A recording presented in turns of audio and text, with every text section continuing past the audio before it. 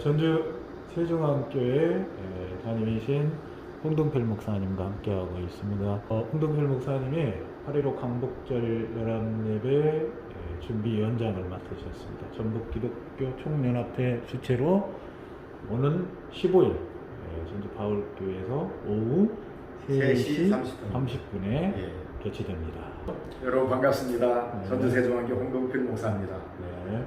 금년에 광복 76주년 되는데 8.15 광복 기념 예배 준비위원장으로 맡게 되어서 영광스럽게 생각합니다.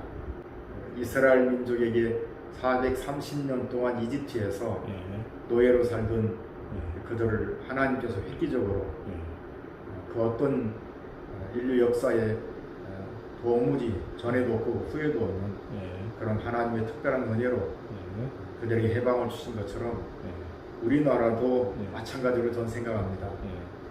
그때 당시 우리나라는 주권도 없고 언어도 빼앗기고 힘도 없고 정말 가장 비천한 가운데 있었는데 하나님께서 은혜를 베풀어 주셔서 우리에게 광복의 기쁨을 허락해 주신 거죠. 저는 하나님의 은혜고 그때 당시에 예수 믿는 성도들의 그리고 교회가 하나님 뜻에 부합하고 애국했던 그 열매라고 저는 그렇게 믿습니다. 이번에 광복 기념 예배 때에 여러분 많이 참여하시고 저는 늘 그렇게 생각합니다. 진짜 애국자는 기도하는 사람이다. 정말 성도만이 정권이 바뀌고 어떤 상황이 된다 할지라도 기도하는 사람들이 바로 성도이고 진짜 애국자라고 저는 그렇게 믿습니다. 우리 모두가 다 함께 모여서 기도하고 나라를 끌어안고 우리 함께 지켜내고 또 멋있게 만들어내고 우리 후손들에게 자유 대한민국 예수 잘 믿는 우리나라로 후손들에게 물려주는 그런 어른들이 됐으면 좋겠다는 생각이 듭니다. 전체 67개국이 대한민국의 이 작은 땅덩어리의 남한을 위해서 피와 젊음을 바쳤는데 목사님이 생각하시는 대한민국 한국교회 다음 세대 앞으로 또 어떤 방향으로 또 가야 될지. 모세도 그렇고 바울도 그렇고 자기 민족에 대한 사랑은 아마 그 어떤 사람과 비교해도 지지지 않을 만큼 그런 애국자라고 저는 생각합니다.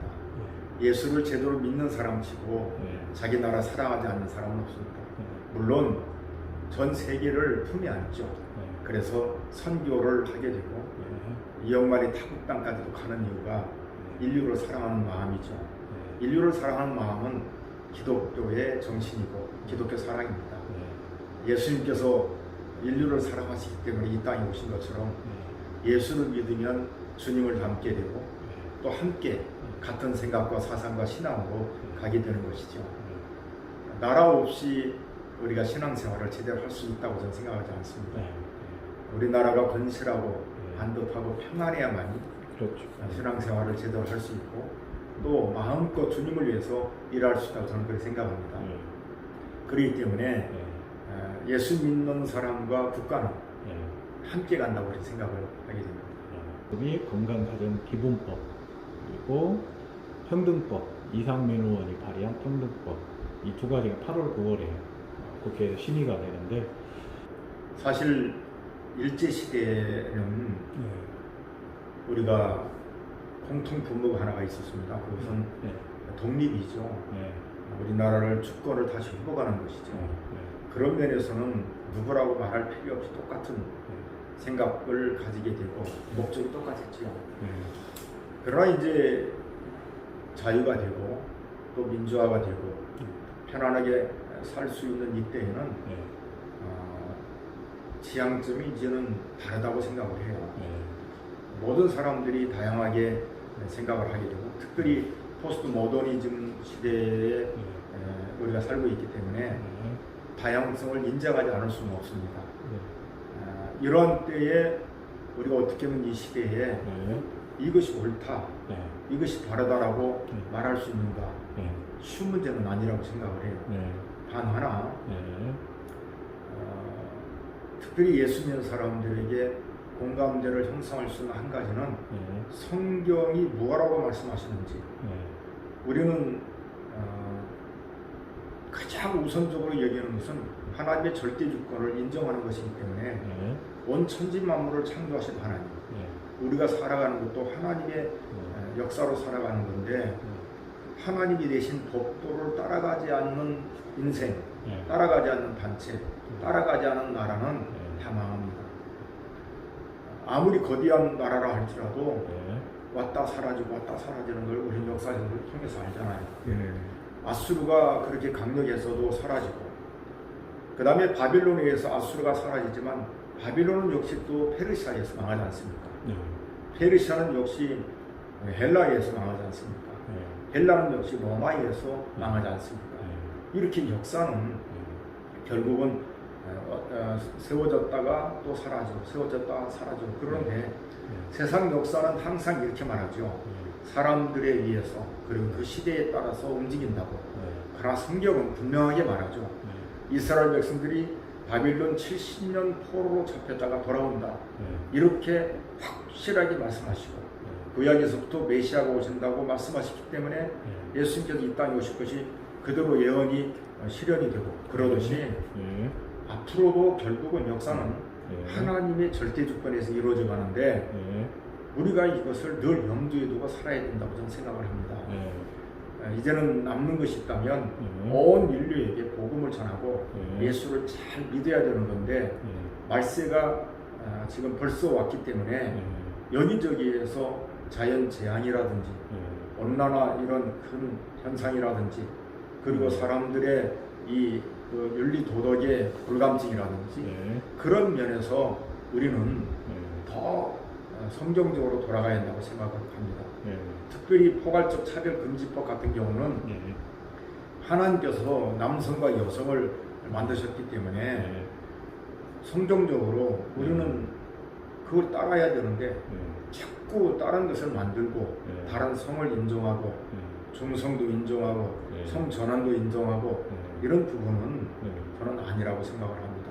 그렇기 때문에 나가서 세상 사람들처럼 똑같이 막 고함을 지르고 몽둥이를 들고 우리는 그건 아니라고 생각해요. 그렇죠. 하나님 말씀에 이건 아닙니다라고 말할 줄 알고 한 표를 던질 줄 안다면 그리고 우리가 정말 하나님 앞에 겸손하고 하나님 앞에 엎드려 기도하면서 아니라는 것을 분명하게 나타낸다면 하나님은 저는 역사하리라고 믿습니다. 또 하나 지금 중심 주제가 지금 예배 문제입니다.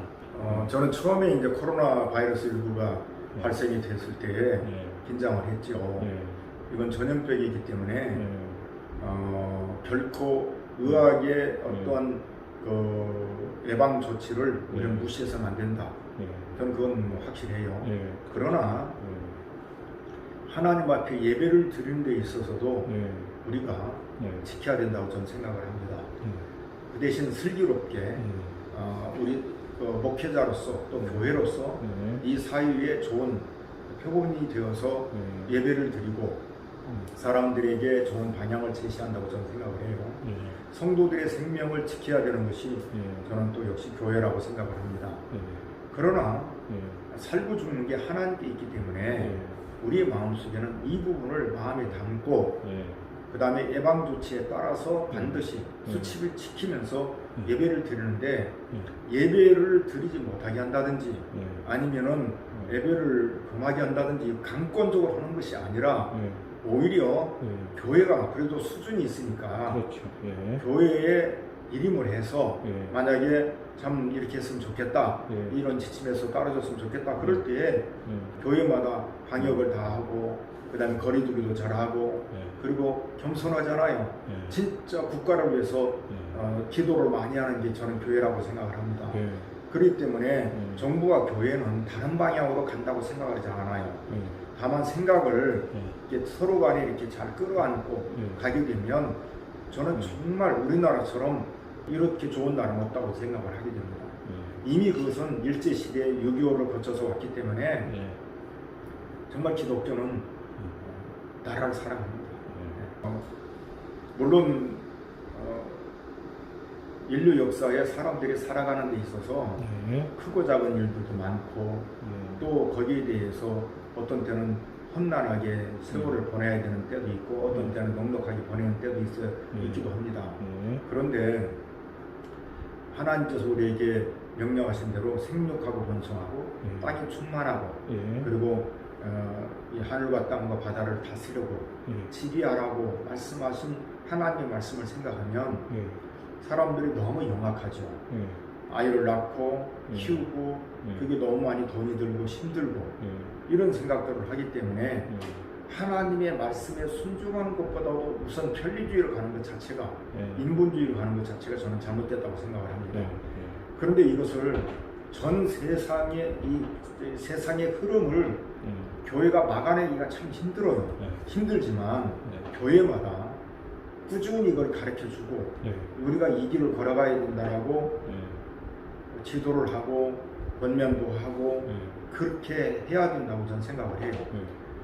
순종하고 따라오면 사는 것이고 그러지 못하면 어려움을 겪게 되겠죠. 그것은 어른들인 우리가 자꾸 지도를 해야 하고 권면도 하고 말씀을 순종할 수 있도록 가르쳐야 된다고 생각합니다. 코로나는 처음에는 당황스럽게 했습니다. 그러나 시간이 지나면서 코로나 때문에 유익한 것을 얻게 됐습니다.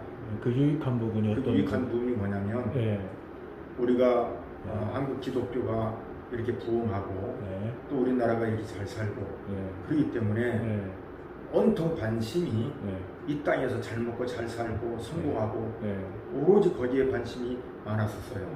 근데 저희들 어렸을 때만 해도 그러니까 지금으로부터 60, 70년 전만 해도 진짜 하루 3끼 먹는 사람들 거의 드물었습니다. 저 같은 경우도 점심은 거의 못 먹고 그 저녁에는 뭐 고구마 몇 개 그 깎아서 먹고 했던 일들이 엊그제 같잖아요. 근데 지금은 모두가 다 남녀노소를 불문하고 모두가 다 건강하고 그 다음에 오래 사는데 모든 게 다 줄여보죠. 근데 저는 사실 저도 이제 70이 이제 가까운데 우리 사실 오래 사는 거예요.